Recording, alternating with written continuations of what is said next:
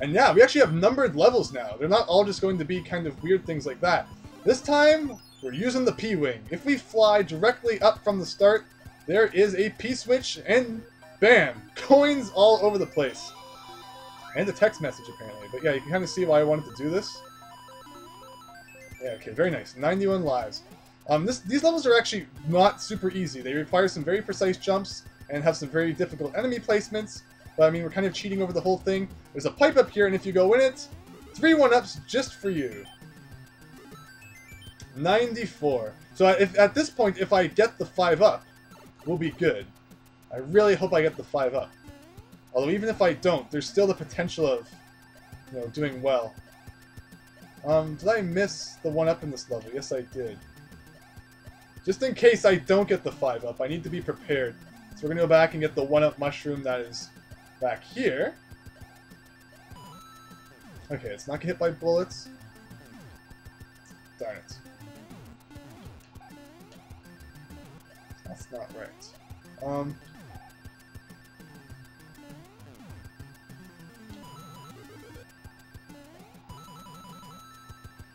No, no, you're not.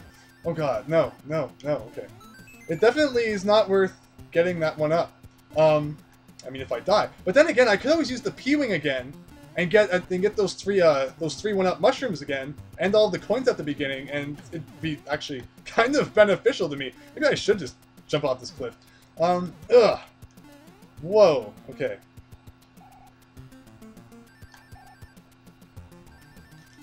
Yes! Bam! 100 lives! Yes, I was actually kind of worried there that we would not reach it. But there you go, maxed out 1-ups. Booyah! And that was the final opportunity for that, because this is the final level in the game that ends with a card. And actually, I'm going to check that text message out with Phil. Yeah, it's pretty cool. Okay. This level is kind of funny, because it's kind of like Desert Hill Land, and there's this quicksand at the very beginning where it's like, oh, but if you actually stay in it, and you sink down, there are 2 pipes down here. You need to make a very difficult choice of which one you want. I know that one of them has a power-up, and one of them is like mainly coins. I don't remember which one has the power-up though. Darn it, this is the coins one. I kind of wanted the power-up. I want to keep my 99 lives, darn it. Now I have to deal with these guys. Oh, I really should have equipped something before I started the level. That would have been smart. Okay, let's just not mess up. I said let's not mess up. Luckily, we're still good. There's still definitely opportunity for me to gain more lives. Yeah, I definitely should have used a power-up, man, Andrew. What is wrong with you? Especially if I go back down here and get, you know, some of those coins. I definitely want to end the game with 99 lives. That's my goal now. If anything else, I've made a lot of silly mistakes. The official time is now 3:28. And yeah, so we'll be done before 4 o'clock. Okay, so we gotta get up here. Definitely want to collect some of these.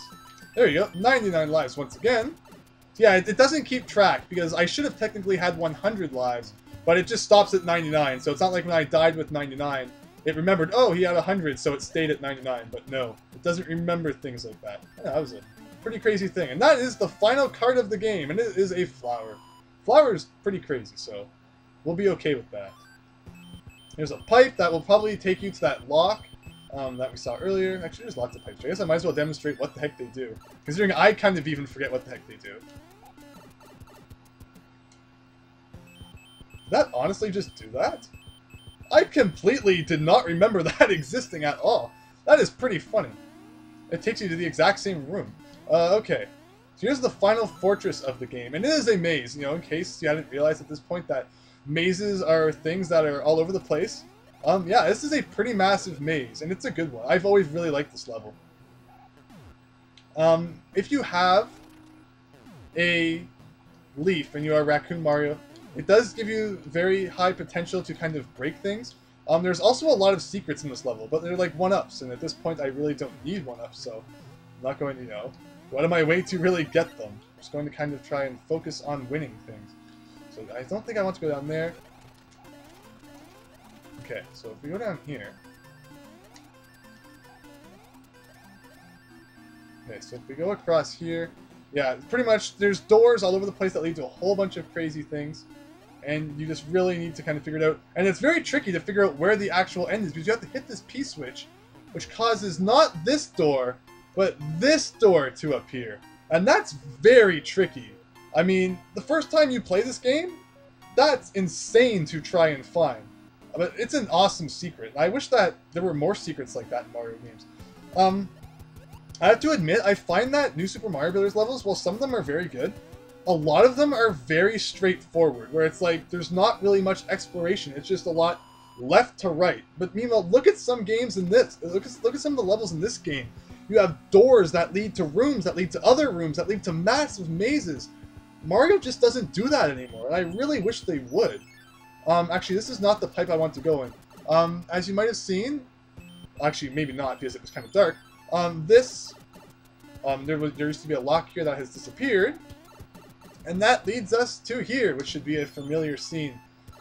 But, if we go in that other pipe that I went into, that will lead to the final map screen of the game. And to hype me up for this, I need one more drink. We have one more tank level, and then the Castle of Doom.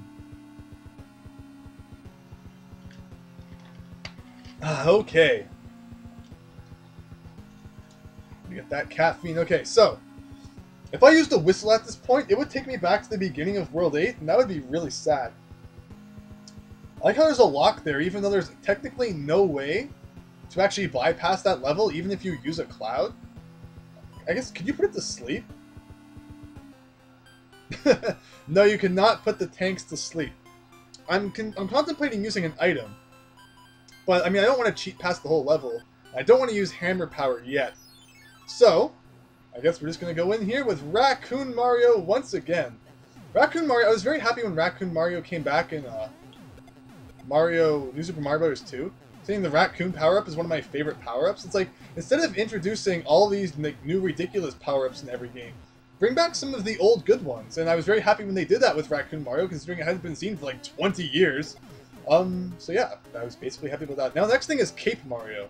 The Cape Mario is super cheap because, I mean, you could use it to cheat past entire levels. But the Cape did come back in the e-reader levels of Mario Advance 4, which was fantastic. I love the e-reader levels of Mario Advance 4. Very, very cool stuff there. And it's unfortunate that they were never all released in North America. So a lot of people never had the chance to enjoy all of them in their true glory. Anyway, this tank level is a tank level, and it's a tank. Okay. This level should have been named Rainbow Dash's pet level. Okay. Okay. Okay. I was actually... Considering that this is the last level before Bowser's Castle, this is probably one of the easiest levels in this world. In fact, I had less trouble with that than I did the first tank level. Okay. Okay. Here we go. Here we go. I like how I like the super fitting overworld music that we have going in now. It's kind of interesting. You can kill Bowser with hammers if you make it all the way to him with the hammer suit. Is that going to happen? Very likely not. But am I going to try? Sure. This is not a Miles Luigi Super Mario Bros. Friend. I'm sorry. Again, it's definitely not insulting Miles Luigi. I just always think it's funny how he never used items in Super Mario Brothers, the Super Mario Paper Mario Super. It is 3:45 a.m. Here is a one-up here. Also, you can completely glitch through this wall. So why not? Otherwise, you just kind of have to go down the stairs and then work your way back up. And it's nothing really too tricky, but no, I felt like doing it the Andrew way, because you can. Let's not get lasered in the face. How about? Okay, luckily they do not all shoot lasers. Thankfully. Very thankfully. Ugh, okay. Fireballs, yes, the fireballs are going to start coming. I'm very close to Bowser. Let's be careful here. Okay. Okay, can I do this? So, the normal way you're supposed to kill him is to make him fall through the floor. But if you use hammers on him, yeah! You get a whole 100 points for hammering Bowser in the face! Yeah! I have never actually done that in the original Super Mario Bros. 3. I've only done it in Super Mario Advance 4, so yeah! I got it on video. Then we got the Super Flashing Door of Doom, which is actually the way to beat the game, so it's not really Doom at all. And Princess Peach is crying and, hey, where did my hammer suit go? But yeah! 99 lives, Bowser murdered with hammers, all 8 worlds complete. It is 3:36. It counts about 10 to 15 minutes where I took short breaks. I need to go, obviously, do something, drinking so much Coke. But those were cleverly edited out, so people probably didn't even notice. So take that into account, and it probably took me 3 hours and 20 minutes to beat Super Mario Bros. 3. Which is pretty cool. That was actually a lot of fun, and I really enjoyed that. And there we have Grassland. I like how at the end it shows you all these things. I mean, there's always the whole theory that Super Mario Bros. 3 is nothing but a play. I mean, it makes sense. You have the curtain, you have the fact that things look like they're nailed to the wall. So yeah, I mean, it's definitely a funny theory. I mean, it's obviously Mario doesn't really follow any kind of canon anyway. It's just everything happens, Mario fights Bowser for no reason, and everyone has a lot of fun in the process. But yeah, that is Super Mario Bros. 3. If you watched all of this really random Let's Play thing that came out of absolute nowhere, late night Super Mario Bros. 3, I really appreciate it. I had a lot of fun playing this. I had a lot of fun commentating on it, because of course I've never commentated on a game like this before. I mean, I did do a really short Super Mario Bros. 3 video where I just used cheats and broke the heck out of the first world. That's a pretty old video though. Although you can still go back and watch it, you might enjoy it. I'll put an annotation of that just for fun. But yeah, I hope that you really enjoyed this, just as much as I enjoyed making it. And yeah, that was really random. The end. So thank you so much for watching. Hope that everyone enjoyed that. Please leave comments down below letting me know what you think. And yeah, this just came out of nowhere, but it was fantastic. So thanks again, and hope to see you all later. And there we go. With that, Late Night Super Mario Bros. 3 is complete. Thank you so much to everyone who watched it. I know I'm being a bit redundant from what I said at the end there. This is a bit of, post-production stuff to tell you what's going to be going on. But I did just want to, say thanks again because, the number of views that the Mario 3 videos and things like that got absolutely incredible, and just the response and the fact that people were leaving lots of comments, and it was clear that people were enjoying it. I really, really, really am happy about that. And yeah, who knows, maybe I'll do some crazy nighttime thing again like that in the future, because I don't know what the best part was, the fact that I played Mario 3 or the fact that I went crazy by the end. Actually, I didn't go that crazy, although there was text messages and stuff, and if I ever did it again I would leave that out, because I've said a million times that this wasn't supposed to be a serious thing.